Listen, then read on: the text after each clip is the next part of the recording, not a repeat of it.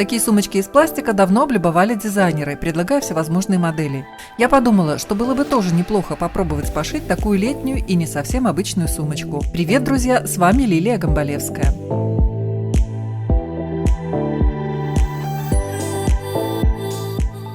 Вот такой мягкий пластик я увидела в обычном хозяйственном магазине. Он продавался метражом, как накладка на обеденный стол. За 1 метр я заплатила около $7. Толщина этого пластика меньше 1 мм, а точнее 0,8 мм. На бумаге сделала чертеж детали, которая будет из пластика. Чертеж в половинном размере, а это линия, середины или сгиба детали. Ссылку на шаблон я оставлю под видео в описании. Полученное лекало вырезала и по нему выкроила детали из пластика. Все срезы вырезаются без каких-либо припусков, то есть вровень по лекалу. Чтобы срезы были идеально ровными, вырезала канцелярским ножом с помощью линейки, а скругленные срезы – ножницами.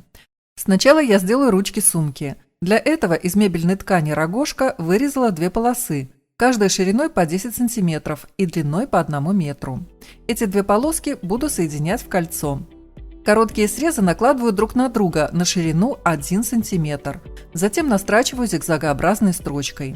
Если ваша ткань сильно осыпается, то лучше сделать срезы закрытыми.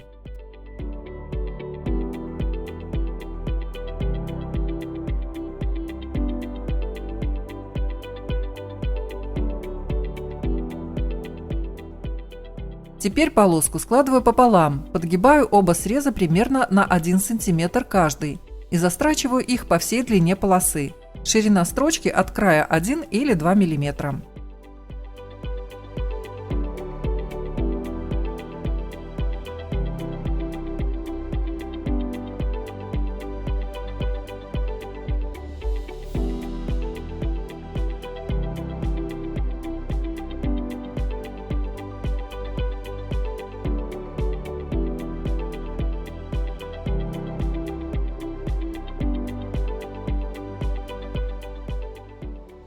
Прокладываю строчку из другого края полоски. Ширина строчки от края также 1 или 2 мм.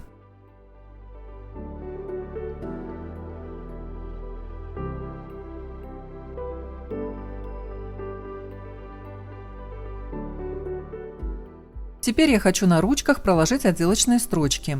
Для этого размечаю их место расположения. Складываю ручку пополам, совмещая зигзагообразные строчки. Отмечаю места сгибов с 2 сторон. Сгибы укладываю на лекало и на расстоянии примерно 2 см от края лекала делаю меловые отметки с одной и другой стороны ручек. Переношу отметки на другой конец ручек.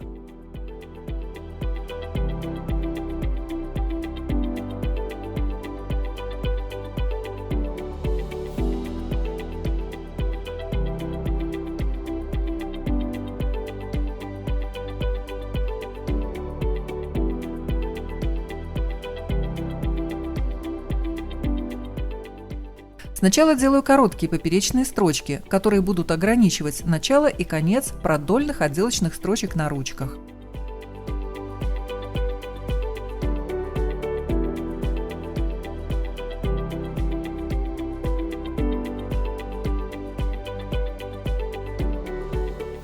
И прокладываю 3 строчки. Сначала по центру, а затем слева и справа от нее, разделяя общую ширину на примерно одинаковые расстояния. Строчки прокладывайте на участках, которые не имеют зигзагообразных соединений. Такие же операции повторяю и на другой половине ручек.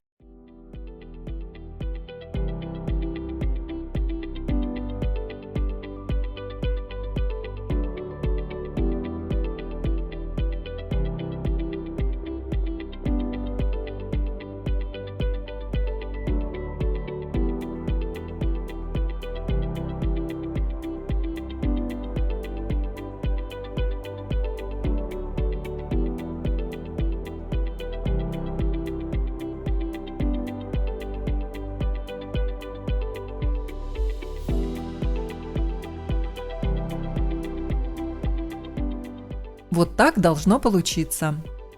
Обязательно приутюжьте готовые ручки.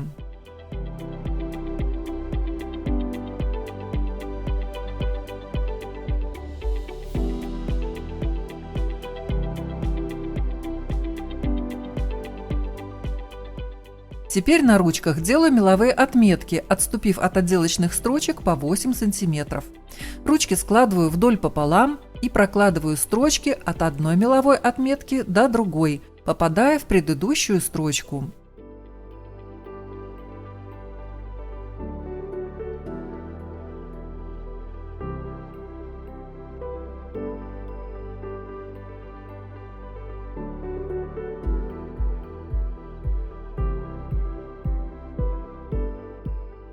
На другой стороне также делаю меловые отметки на расстоянии 8 см от отделочных строчек. На этой ручке будет закреплен кусочек из кожи, который будет соединять две ручки между собой. Его размер 9 на 12 см. Все уголки я скруглила и наметила центральную линию вдоль длинной стороны. Нахожу центр на ручке и настрачиваю на нее кожаный прямоугольник.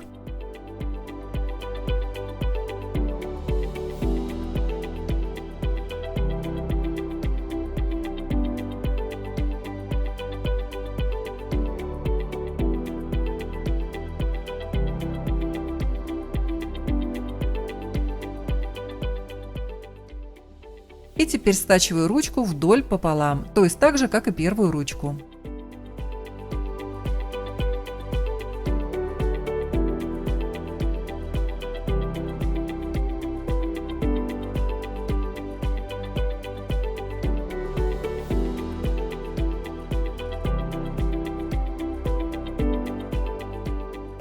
Теперь я буду закреплять ручки на пластиковой детали сумки. Делаю 4 отметки на верхнем крае, отступив от каждого бокового среза по 11 см. Намечаю на ручках по 2 точки и делаю по отметкам отверстия. Такие отверстия делаю на каждой ручке с 2 сторон.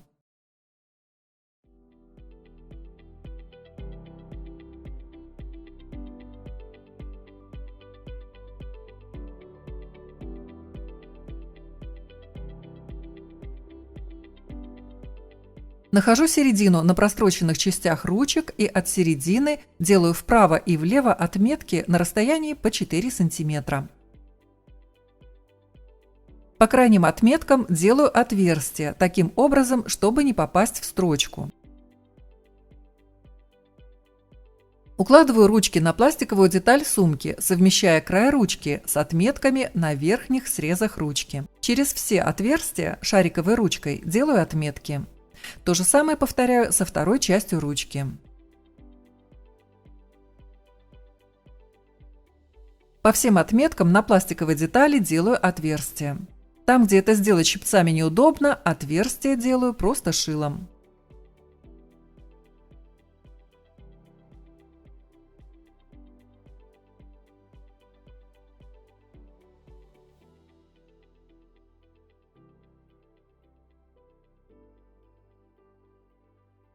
Закреплять ручки я буду с помощью хольнитенов.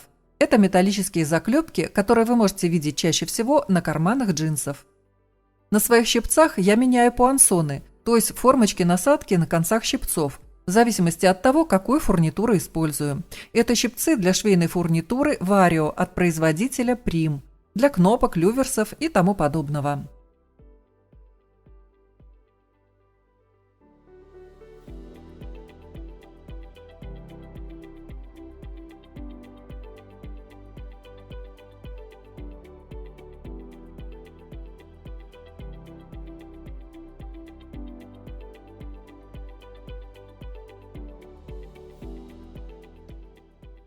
А в местах, где я не могу достать щипцами, буду использовать винтовые кнопки.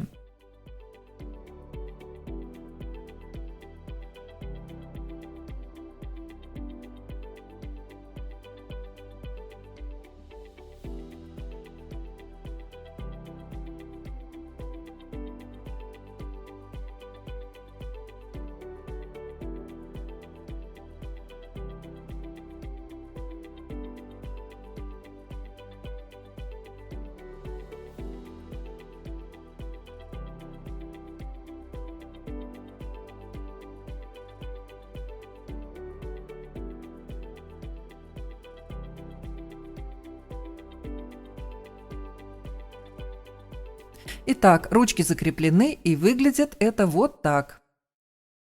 Теперь я буду соединять боковые срезы сумки. Завожу срезы друг над друга с нахлестом в 2 см и делаю 2 отметки. Первую на расстоянии 2 см от верха, а вторую на расстоянии 10 см от первой.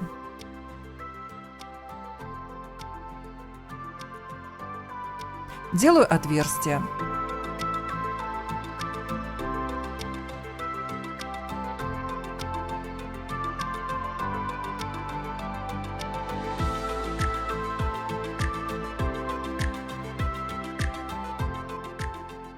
В отверстие устанавливаю кнопки. Сначала 2 верхних части, а затем с другой стороны 2 нижних.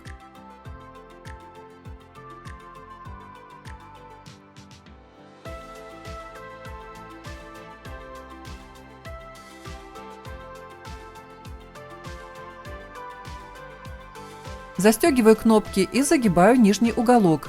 Намечаю в углу место расположения кнопки. Делаю отверстие и ставлю винтовую кнопку.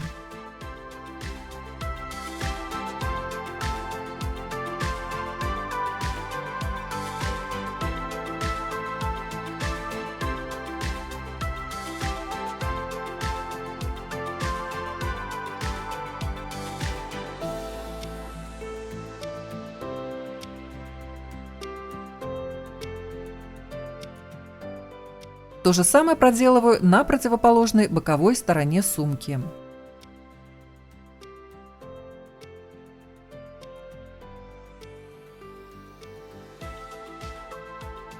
Ставлю 2 кнопки на кожном элементе ручек.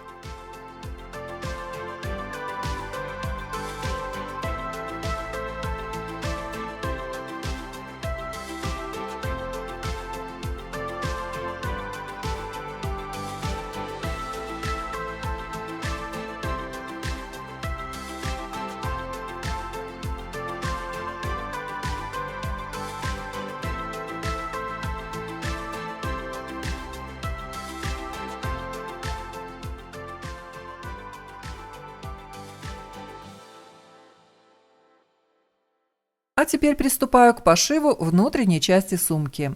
Из плотной хлопчатобумажной ткани с рисунком вырезала деталь. Схему выкройки вы найдете под видео в описании.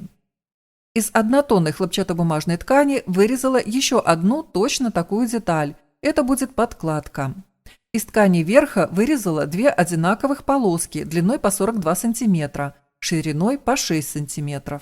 Деталь верха я буду уплотнять прокладкой, в качестве которой взяла строительный материал – подложку под ламинат. Ее толщина 2 мм. В прошлом видео по пошиву сумки шопера я уже использовала этот материал и рассказывала об этом подробнее.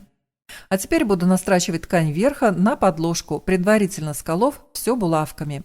Перед этим нужно наметить еще 2 линии, соединив противоположные выступы.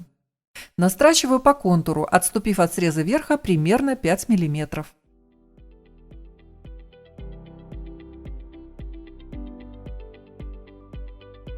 Затем прокладываю 2 строчки по намеченным меловым линиям.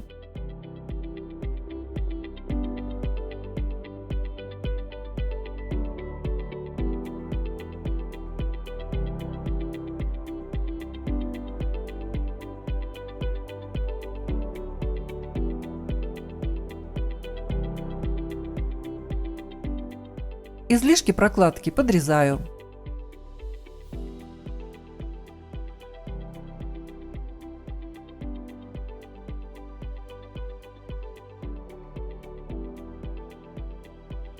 Складываю заготовку деталей пополам и скалываю, а затем стачиваю боковые срезы. Процесс стачивания этих срезов почему-то не записался, но так бывает, когда сам и оператор, и исполнитель. Думаю, что вам и без показа понятно. После стачивания боковых срезов стачиваю короткие поперечные, совмещая шов с серединой противоположного среза. Ширина всех швов 1 см.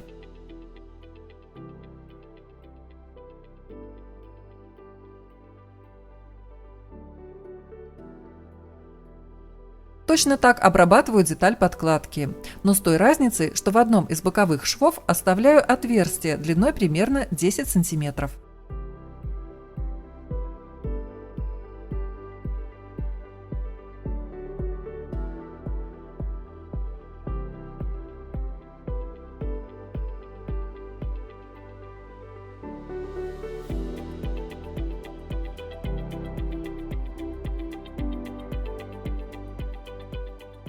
Теперь беру полоски, загибаю короткие срезы внутрь на 2 см.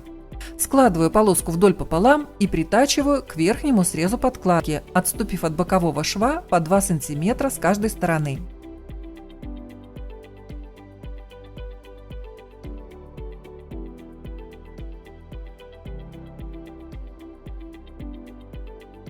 Также поступаю со второй полоской.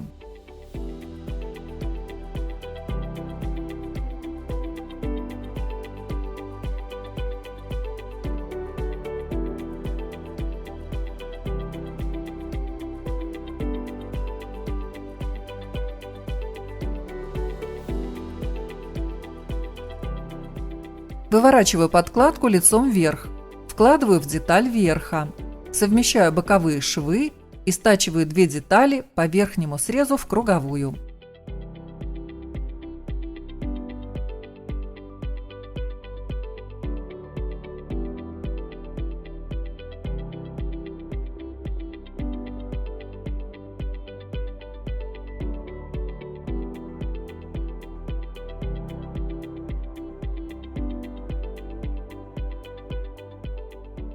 Через отверстие в подкладке выворачиваю сумочку на лицевую сторону.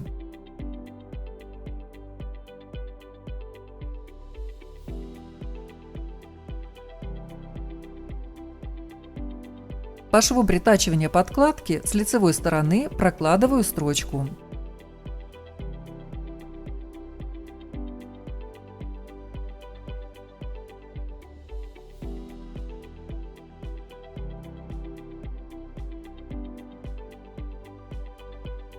После этого зашиваю отверстие в подкладке.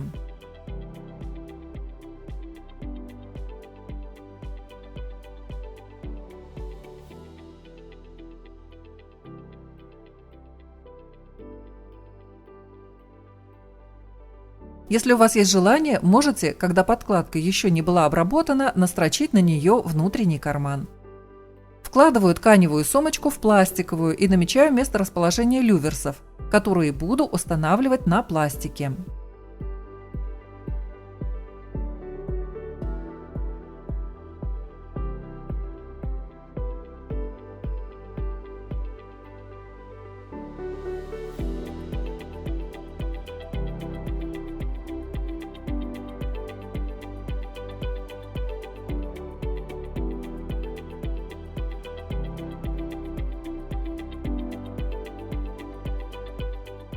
Такие люверсы у меня были в наборе вместе с приспособлением для их установки.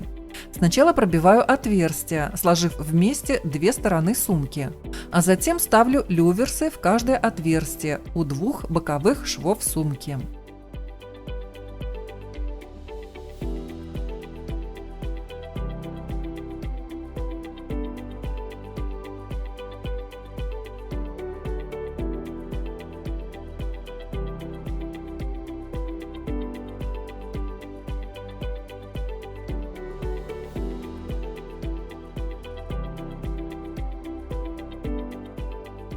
В планке кулиски тканевой сумки протягиваю хлопчатобумажную веревку.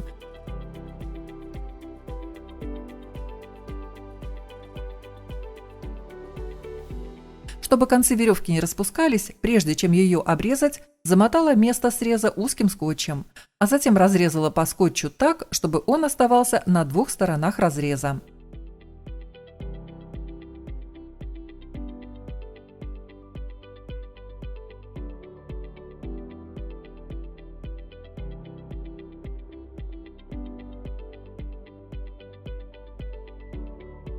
Вкладываю тканевую сумку обратно в пластиковую и вывожу концы веревок через люверсы наружу.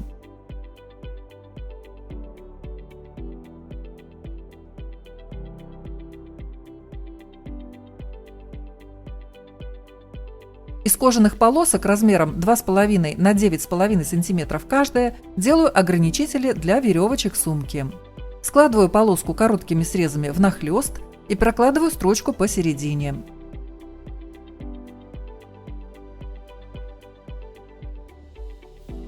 Лишнее обрезаю. Делаю 2 таких ограничителя и пока откладываю их в сторону. Из кожаной полоски размером 4 на 12,5 см я сделаю клапан для застежки сумки. Немного скругляю углы с одной стороны и большим радиусом скругляю углы с другой стороны. Для застегивания я установлю одну кнопку, а чтобы соединить клапан с сумкой, буду использовать 2 хольнитена. Устанавливаю фурнитуру.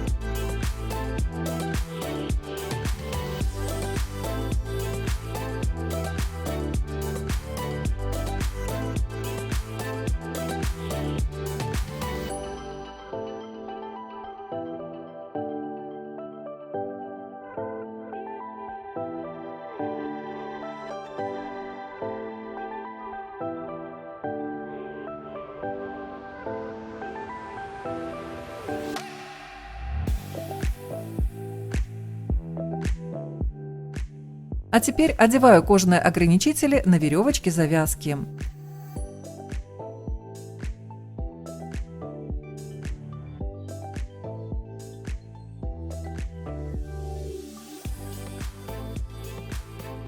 Точно так и на другую сторону. На конце веревочек буду закреплять по концевику. Вообще крепить их нужно другой стороной, но моя веревка из-за толщины не проходит в отверстие концевика, поэтому я решила их просто приклеить суперклеем. Буду рада, если вы оставите комментарии, делитесь впечатлениями и задавайте вопросы. Спасибо за внимание и, как всегда, жду на своем канале.